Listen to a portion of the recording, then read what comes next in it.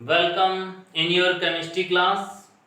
Dear student, I have give introduction about the structure of atom. Today we will study our first topic discovery of electron. आज हम electron की discovery के बारे में पढ़ेंगे। तो प्यारे बच्चों, ये जो इम्पोर्टेंट टॉपिक है आज समझिए कि फर्स्ट क्लास है हमारी सेकंड यूनिट की। तो बड़े ध्यान से समझते रहिए, एक एक पार्ट हम करेंगे इसमें बेटा। तो सबसे पहला पार्ट है हमारा डिस्कवरी ऑफ इलेक्ट्रॉन। ऐसे जैसे डिस्कवरी ऑफ इलेक्ट्रॉन हुई, प्रोटॉन की भी डिस्कवरी, न्यूट्रॉन की डिस्कवरी, ये सब हम धीरे धीरे पढ़ेंगे।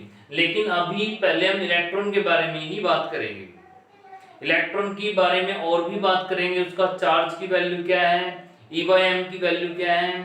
ठीक है, अभी जो कि 2-3 क्लास से लगेगी, these will be on only on electron. तो सबसे पहले हम लेते हैं डिस्कवरी ऑफ इलेक्ट्रॉन। तो ये जो साइंटिस्ट हैं, फैराडे साइंटिस्ट, 1830 की यहाँ पे कॉन्सेप्ट है ये। And this scientist take a tube, इसको क्रूक ट्यूब बोलते हैं। इसमें एक 2 मेटल के पीस यहाँ पे लगाए हुए हैं जो कि इलेक्ट्रोड का काम कर रहे हैं। And there is a voltage, this is very high voltage,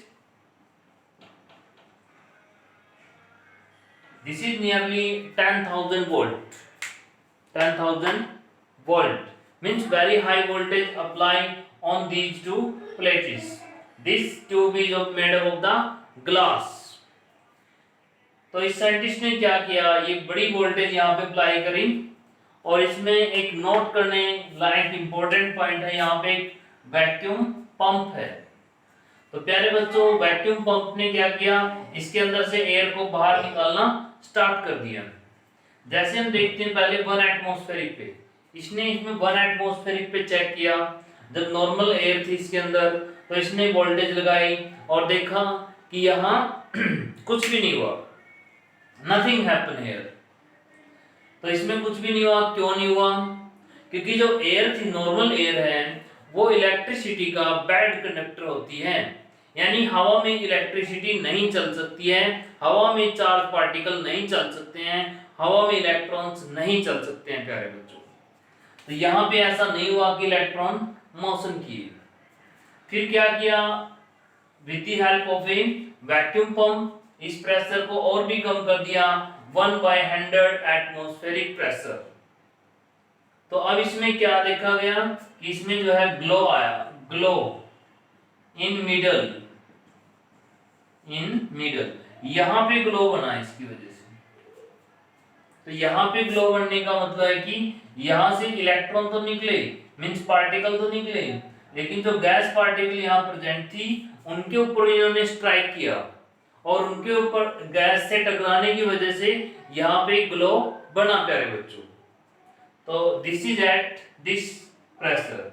फिर इसने क्या किया, फैराडे ने इस वैक्यूम पंप की हेल्प से इस प्रेशर को और भी कम कर दिया। तो जैसे इसने कम किया तो इसने देखा कि ग्लो यहां आ रहा है, यहां पे इस प्लेट पे या इस बैक सरफेस के ऊपर। मींस जो इलेक्ट्रॉन्स है वो पूरे वहां पे गए, यहां से जो भी पार्टिकल पास हुए, they all particle reach at this point, वो सारे के सारे अब यहां पे पहुंचे, क्योंकि उनको बीच में अब रोकने वाला कोई नहीं था, because the pressure is reduced to this point. अब प्रेशर को बहुत कम कर दिया था, वैक्यूम पंप से हवा सारी यहाँ से, सारी तो नहीं, नेग्लिजिबल एयर इसके अंदर रह गई है, मींस मैक्सिमम एयर बाहर कर दी थी। तो अब ये इलेक्ट्रॉन यहाँ पहुंचे हैं। तो ये जो इलेक्ट्रॉन ऐसे चल रहे हैं ऐसे, तो इसको एक नेम दिया गया जिसका नाम है cathode ray. This cathode ray, because these particles come from the cathode of the battery part and they go toward the anode, so we call it a cathode ray. फिर कैथोड रे की कुछ properties हैं बेटा, हम इन properties को एक एक करके पढ़ेंगे। देखिए, move from cathode to anode, इसलिए इसका नाम कैथोड रे है, क्योंकि ये कैथोड से चलती है, इसलिए इसका नाम कैथोड रे है। ऑन अप्लाइंग बैटरी, अगर हम इसके ऊपर बैटरी अप्लाई करें, मींस इस तरीके से, जैसे मैंने पॉजिटिव टर्मिनल यहाँ लिया, नेगेटिव यहाँ लिया, तो ये जो पार्टिकल्स हैं ये इस पॉजिटिव की तरफ बैंड कर जाएंगे। हमें नहीं पता था स्टार्टिंग में कि ये इलेक्ट्रॉन्स हैं, तो ये क्या हुआ कि बैटरी के प्लस टर्मिनल की तरफ बैंड कर जाते हैं। तो हमने फिर इस वजह से बोल दिया कि these particles are negative charge particle, क्योंकि जो बैटरी के प्लस की तरफ अट्रैक्ट होते हैं, इसका मतलब ये क्लियर है कि ये चार्ज पार्टिकल जो है वो नेगेटिव है। और नेगेटिव चार्ज पार्टिकल यहाँ पे हमें मिले, नेगेटिव चार्ज पार्टिकल इनकी नेचर है, और इन्हीं का नाम फिर आगे जाके क्या रखा, इलेक्ट्रॉन्स रखा है। It move in a straight, मतलब ये जो कैथोड रे सीधी चलती है ऐसे। इसको चेक करने के लिए कुछ ऐसे भी किया, कुछ यहाँ पे देखो पीछे फ्लोरोसेंस आ रही है, लाइट आ रही है पीछे। यहाँ पे क्या किया मैंने, कुछ ऑब्जेक्ट रख दिया, इसकी जो शैडो है वो यहाँ पे बनी, बिल्कुल बैक साइड, इसकी शैडो यहाँ बनती है। If we place any object in this shadow placed here, it means this line move straight, मतलब जहां शैडो बनती है इसका मतलब उसने वही जाना था। तो ये पार्टिकल यहाँ जा रहे थे तो शैडो यही बनी, it show these are straight. अगर इसके अंदर कोई व्हील रख दें, तो उसको घुमा देते हैं पार्टिकल जब टकराते हैं, तो इससे ये प्रूव होता है कि इनके पास पार्टिकल नेचर भी है। तो they have the particle nature. They give fluorescence, ये चमक भी देते हैं, जब ये किसी सरफेस से टकराते हैं तो ये कुछ चमक हमें देते हैं। Nature of the cathode ray do not depend upon the nature of the plate. देखिए यहां से जो कैथोड रे निकल रही है ये इस बात पे डिपेंड नहीं करती है कि ये प्लेट तुमने कौन से मेटल की यूज करी है। चाहे कोई से मेटल की तुम प्लेट यहाँ पे यूज कर रहे हो, कैथोड रे ने बनना ही बनना है। अगर तुम यहाँ सिल्वर प्लेट ले रहे हो, गोल्ड प्लेट ले रहे हो, या सोडियम प्लेट ले रहे हो, मैग्नीशियम प्लेट ले रहे हो, तो कैथोड रे फिर भी जरूर बनेगी बेटा। क्लियर है? यहाँ बीच में कोई सी भी गैस है, ये भी डिपेंड नहीं करता कि कौन सी गैस थी इसके अंदर कि तब बनेगी, ऐसा कुछ नहीं है। मीन्स यहाँ पे कोई सी प्लेट ले लें, कोई सी मेटल की, हर मेटल में, हर एलिमेंट में इलेक्ट्रॉन्स प्रेजेंट होते हैं, तो यहाँ पे ये कैथोड रे ऐसे बनेगी।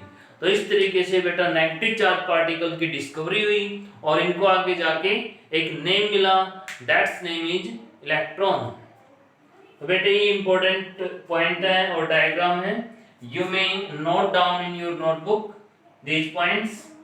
ऐसे मैं जो बोर्ड पे लिखता हूँ इसको जो है अपनी फेयर नोटबुक में राइट कर लिया करो, and this is very important notes, because book में बहुत सारा दिया होता है और हम उसमें से क्या है कुछ एक्सट्रैक्ट कर लेते हैं मेन पॉइंट्स को, and you should note down these points.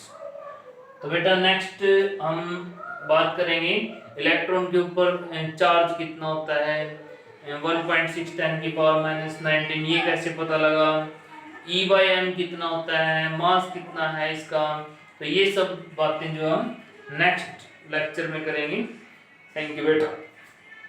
और बस अपना रिस्पांस दिया करो बेटा। Your this is your +1 class and you selected your stream medical और नॉन मेडिकल। तो प्यारे बच्चों, जब साइंस पढ़ने की सोच ली है तो फिर पढ़ना ही चाहिए, इसमें कोई कंफ्यूजन अब नहीं होनी चाहिए कि पढ़ें या ना पढ़ें, बस पढ़ना है। 2 साल दीजिए बेटा, ये 2 साल जो है आपको आपके आगे आने वाले, यही कहूँगा कि जो बाकी के 60-70 साल है वो तुम्हारी ऐश के दिन होंगे। अगर तुम यहाँ पे मेहनत करते हो 2 साल बच्चों, तो आगे की लाइफ तुम्हारी बड़ी आसान रहेगी। तो गिव रिस्पॉन्स, अपने ग्रुप में जो है रिस्पॉन्स दिया करो बेटा कि मैंने ये काम कर लिया है, नहीं किया है, कुछ भी। तो थैंक यू बेटा, आज के लिए इतना ही करते हैं।